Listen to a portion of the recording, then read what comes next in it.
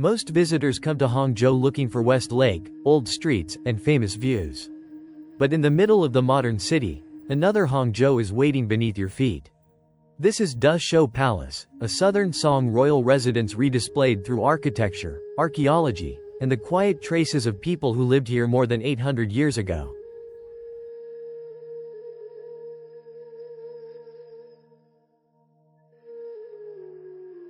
From the outside, the site sits beside ordinary Hangzhou traffic. Cars pass, people walk by, and modern life continues. That contrast is part of what makes this place interesting. Deshou Palace is not hidden on a distant mountain. It is part of the city, a reminder that Hangzhou still carries older layers of history under everyday streets. The architecture gives the first impression of a palace brought back into view. Broad steps, layered roofs, red lanterns, pale walls, and long horizontal rooflines. But this is not meant to be only a pretty reconstruction. The museum uses these buildings to guide visitors toward the deeper story. What was found below, and how those discoveries helped shape what we see today. Once inside, the noise of the city begins to fall away. Courtyards, columns, steps, and open space create a more formal rhythm. For a visitor, this is where the museum starts to feel less like a building and more like a carefully arranged royal environment, designed to slow your pace and make you look more closely.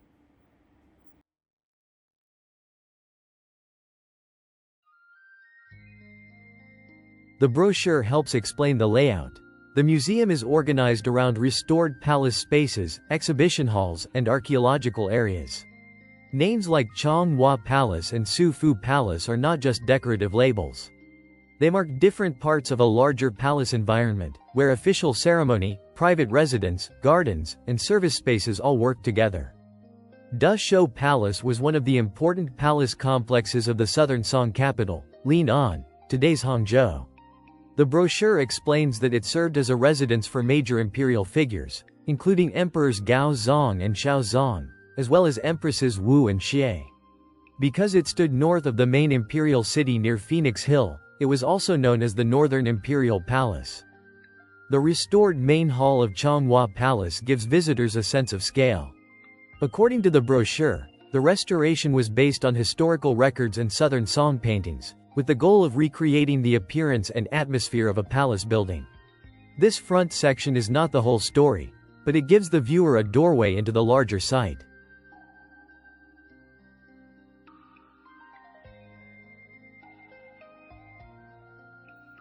Inside, the museum moves from palace form to the smaller details of Southern Song life. A single object, like this golden leaf currency, reminds us that the dynasty was not only about emperors and halls. It was also a world of trade, refined goods, urban wealth, and carefully made objects that passed through real hands. Silk weaving was one of the refined crafts associated with Song culture.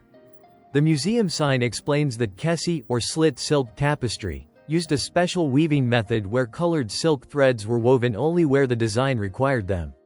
For viewers, this is a reminder that Southern Song culture was not only political power. It was also skill, patience, design, and beauty.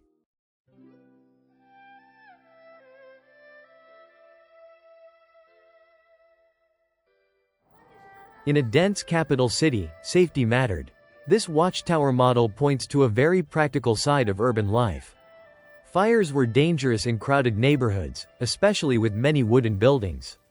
A high watchtower gave people a way to observe the city, spot trouble, and send warnings. It is a small exhibit, but it opens a window into how the Southern Song city had to be managed. The palace belonged to a larger city system. Gates, waterways, and water control structures helped organize movement, defense, drainage, and daily life. The Water Gate and Qian Tang Gate exhibits show that Hangzhou was not only a scenic city. It was an engineered city, shaped by walls, canals, gates, and the constant need to manage water. The ship model widens the story beyond the palace walls. Southern Song society was connected to waterways, trade, ports, and maritime skill. The court lived in a capital city, but that city was supported by wider networks of transport, commerce, and craftsmanship. These details make the palace feel less isolated and more connected to the world around it.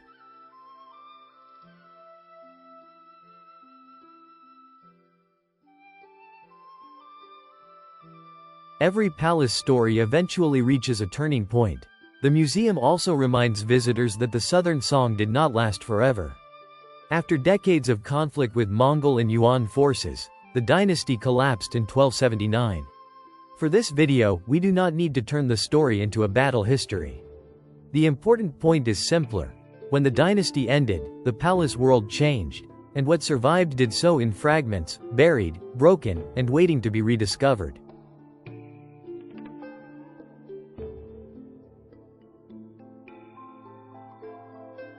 Now the story moves below the reconstructed palace. The museum sign explains that the Deshou palace site has produced one of the richest archaeological records among Southern Song imperial palace sites. This is where the video shifts from what the palace looked like to what the ground itself revealed.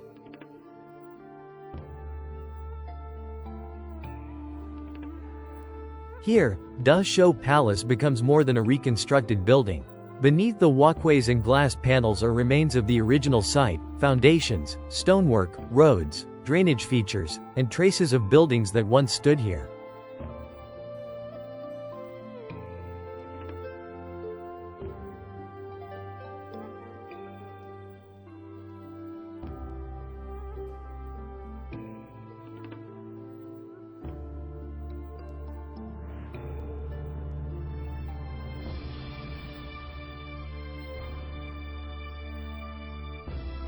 This is what makes the museum special. Visitors are not only looking at a palace image. They are walking above the evidence that helped bring the palace back into view.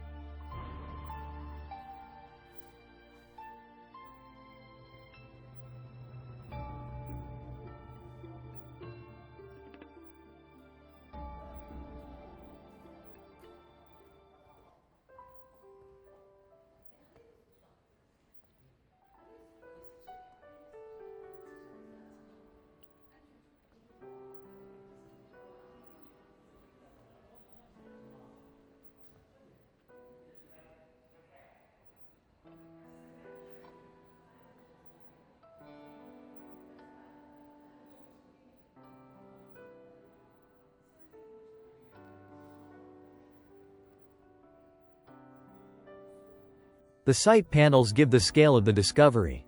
The excavated area revealed thousands of square meters of ruins and nearly 6,700 relics, including ceramics, building components, stone objects, animal bones, coins, metal objects, lacquered wood, and glassware. In simple terms, archaeologists did not find only one wall or one foundation.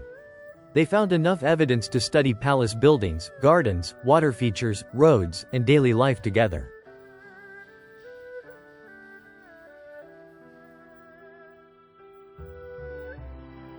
One reason this site is so interesting is that it was not frozen in one moment.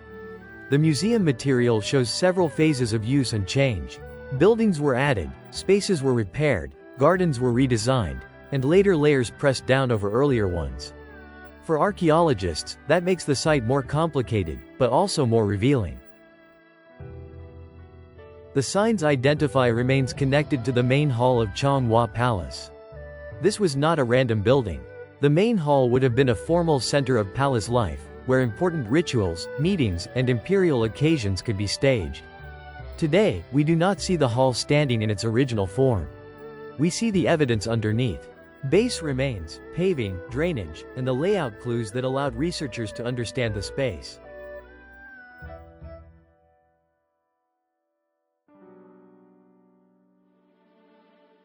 Details like roads and paving are where the site becomes very real.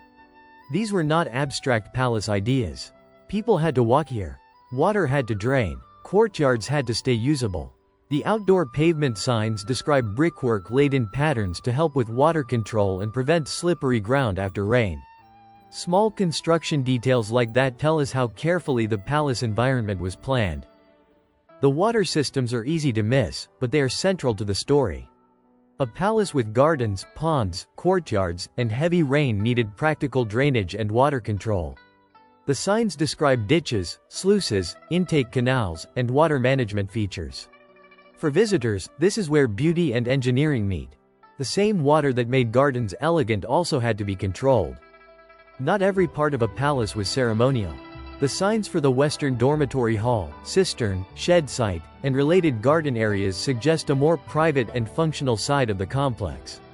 These areas help us imagine the palace as a working place, not only where officials appeared, but where people rested, stored water, moved supplies, and maintained daily routines.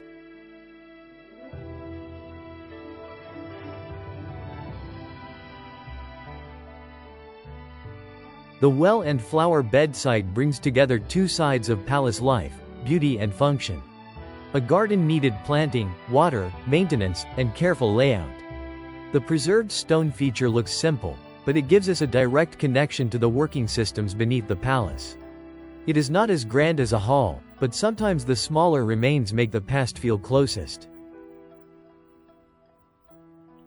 The longer you look, the less this feels like a single royal monument and the more it feels like a complete environment. Corridors, wells, drains, paths, and service spaces remind us that a palace depended on many people and many systems. Emperors may give the place its famous names, but the ruins also point to workers, attendants, guards, craftsmen, and visitors who moved through these spaces every day.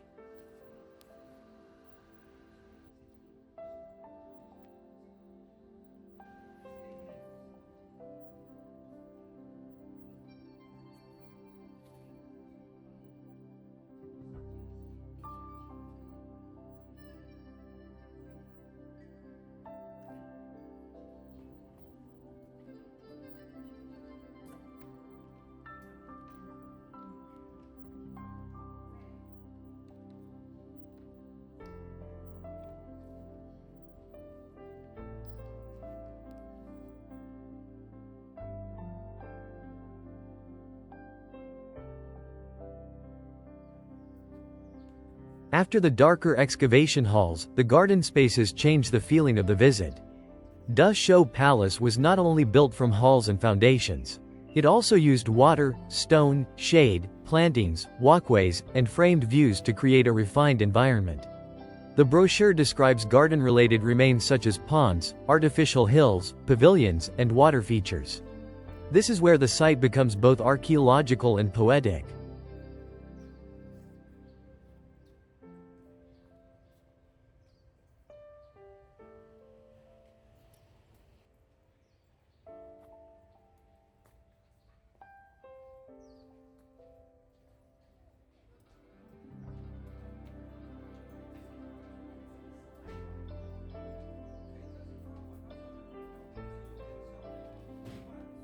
What makes Deshou Palace powerful is not that every building survives exactly as it once stood. It is that the site has been studied, protected, interpreted, and redisplayed. Modern Hangzhou continues around it, but beneath these recreated halls are real traces of a Southern Song palace: roads, drains, wells, foundations, garden features, and fragments of daily life that still speak quietly from the ground. If you enjoyed this walk through Hangzhou's Southern Song past, please give the video a like, leave a comment, and subscribe to Why Visit China. I have more China travel, history, architecture, food, and daily life videos coming soon, so tap the bell icon, and I'll see you in the next walk.